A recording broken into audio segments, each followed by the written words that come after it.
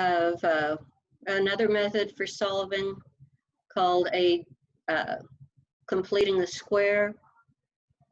I am not going to go through completing the square, because if you take your most general possible conceivable quadratic equation, ax squared plus bx plus c equals 0, and you follow through the process of solving for this using the method of completing the square, you will discover that x will always equal the opposite of b plus or minus the square root of b squared minus 4 times a times c, with the whole entire thing divided by 2a. This is called the quadratic formula.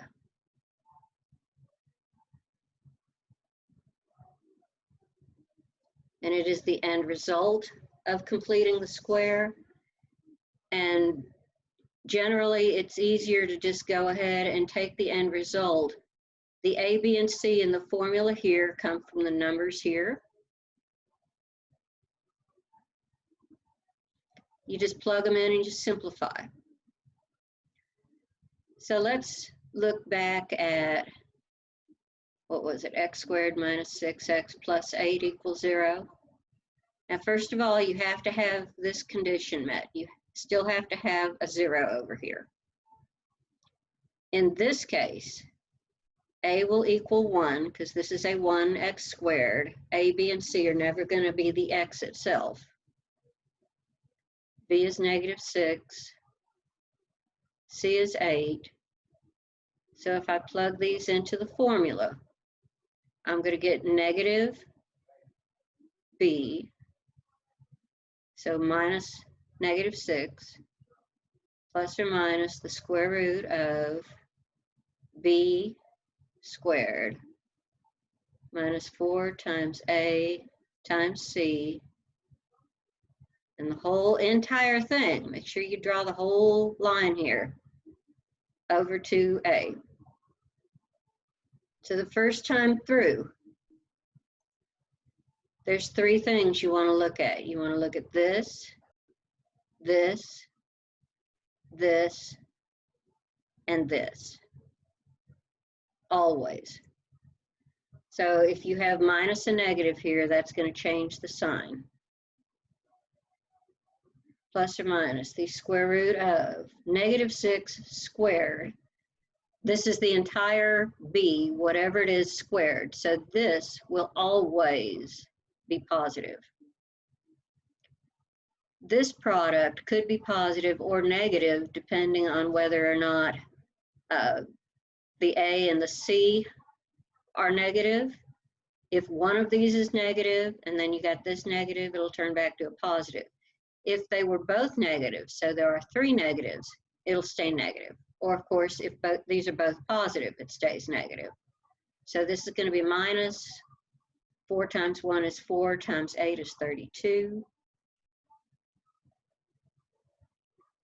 All over 2.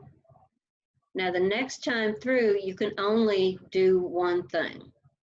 Combine these 2.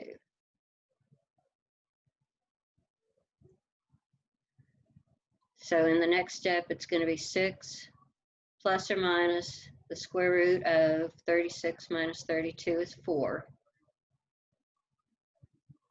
over 2. Square root of 4 is 2, so this is 6 plus or minus 2 over 2. Now at this point, if you cannot reduce this radical, you're done. You don't really need to do anything else. This radical reduces down to an integer, which means that these are like terms and we can actually combine these. So keeping in mind that the plus is one problem and the minus is another, we've got 6 plus 2 over 2, And then we've got 6 minus 2 over 2 to take care of. So this is 8 over 2 is 4. And this is 4 over 4.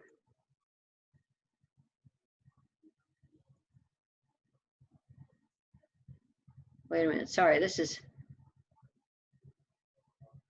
oh, I know what's wrong. Sorry, I was thinking too far ahead. Why didn't you tell me? That's a 2. See, even teachers do that sometimes. So that's a 2. And 4 over 2 is 2. That's bad when you know what the answer to the problem is and then it's not coming out. So we know the answers here are 4 and 2 because we saw that we got the same thing. Da-dum, back here. The method that you use to solve the problem is irrelevant. The answers are the answers and they do not change. It's like if you're going home, you might choose to go one route or you might choose to go another route, but you're still going to end up at home, right? So let me put the quadratic formula up here again. Negative b, or the opposite of b, plus or minus the square root of b squared, minus 4ac, all three numbers get in the radical, over 2 times a. What if we looked at a problem like,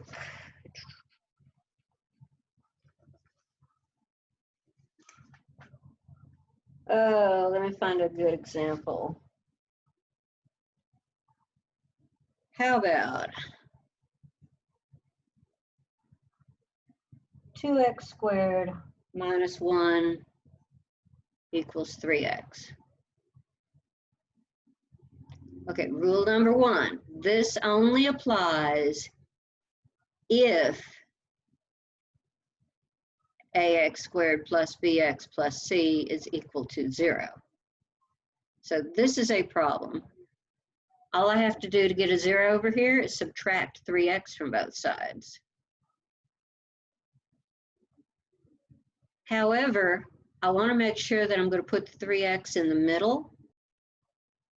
If you have any like terms when you do that, you need to combine those so that it's in this format with your x squared term and then your x and then your constant.